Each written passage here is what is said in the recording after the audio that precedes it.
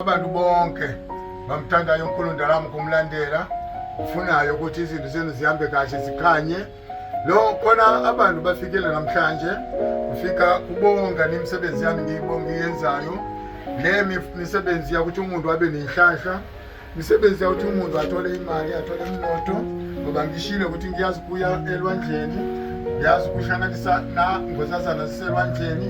zikunikise inhlanhla yemali. Lo muntu wafika lana ufake 100,000 wona ufika kubonga kumina ngoba mina imali yawo noma ngiyenza angithathi ama-percent amaningi ngoba nginama-customer amaningi kodwa lo after ama-percent yami ngawathatha yena-ke wafika-ke ni-500,000 ukuthi ngiyabonga mkhulu Ndlamo unsizile ubumnyama ngibe nginawo.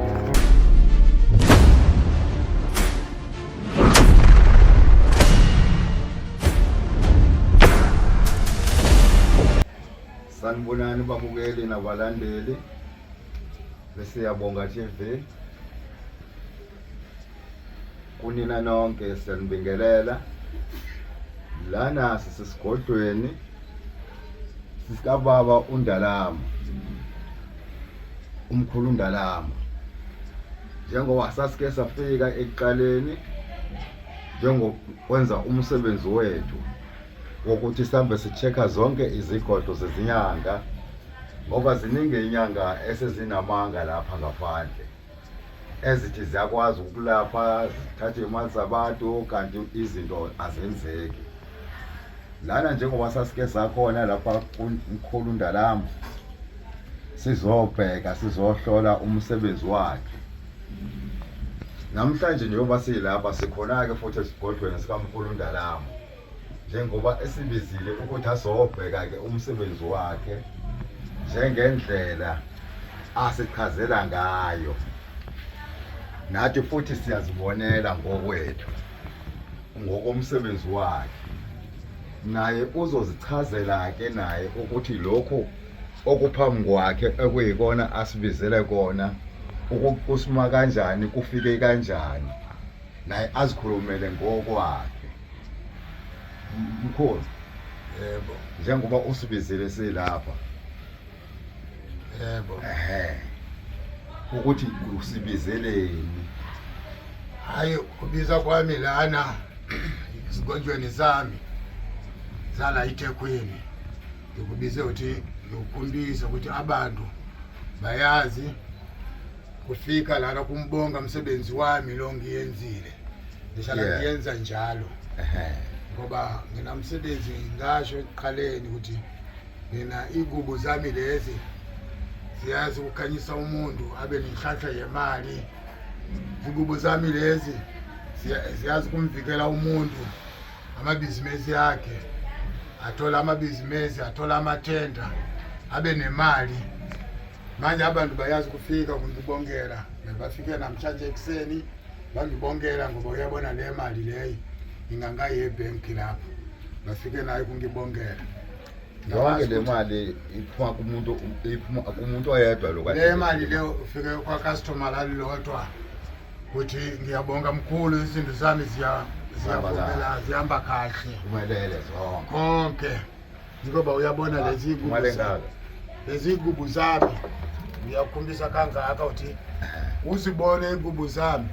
nalezi intambo izona-ke zingiyenzelazo inhlanhla yakuletha umnotho kwa umuntu izinhlanhla zamuntu ukuthi abantu baphumelele yebo abaphumelele niyinyoka lana hayi kodwa lezi ntambo lezi nalezi igubu zami abantu bayaphumelela bonke bayafika lana ngihlala ngibize njalo nami ngiyabonga nina aku-TV siyabonga TV ukuthi nifike lana ube ngiyenzele i-witness yami ngiyasebenza ubone kwangaphela ukuthi ngiyasebenza lana sigodlweni sami lezi ngiyawukhombisa ekuqaleni nomanje futhi izona lezi mina ubaba mdala mkhulu mdala la msebenzi wami lo ngiyawazi yonke inkinga umuntu zinkinga unazo ngiyazi kusikipa ngiyazi kumqinisa ngiyazi ukukhipha noma amatokorosho lapho ukhona noma khona umuntu wakufaka ngiyazi kumkhipha ubuyile nisimo sakho sihle lana mkhulu awuthwalisi lana umuntu nje umenzela nje ngendlela nje hayi yokuthwala ngoba phela abanye abantu khona baye bathi bayathwalisa kanti abantu abaningi bayakusaba ukuthwala ngoba kunegazi phakathi lana umuntu ukuze aphumelele wena hayi ngokuthi umthwalisa mina lana umsebenzi wami angithwalisi umuntu la ngisebenza nale mithi lenginayo awusebenzi ngegazi ayisebenzi negazi mina ngisebenza nje kwalezi izinto ngisebenza nazo kuhlanganisa futhi ngina impande nginazo impande sakumnikisa umuntu ngikhula ntshentshe impande ngikhula ntshentshe ngazilanda le eZanzibar zona ke sikhona umuntu kodwa angimniki ukuthi ngimnikise impande yonke kodwa ngiyamhlephelela impande ukuthi abe nenhlahla abe niyo kenkinto ithi yena urede ngaphela kufuna ukuthi yena akavumelele nalezi impande kufuneka mina ngamyenzela phambi kwami kodwa ufuneka isikhathi uyafika umkhanyiso awuphathe umkhanyiso wa 15,000 impande zakhula njenje azozithola and ngizomyenzela phambi kwakhe naye abona ukuthi ukhula njenje uyasebenza 15,000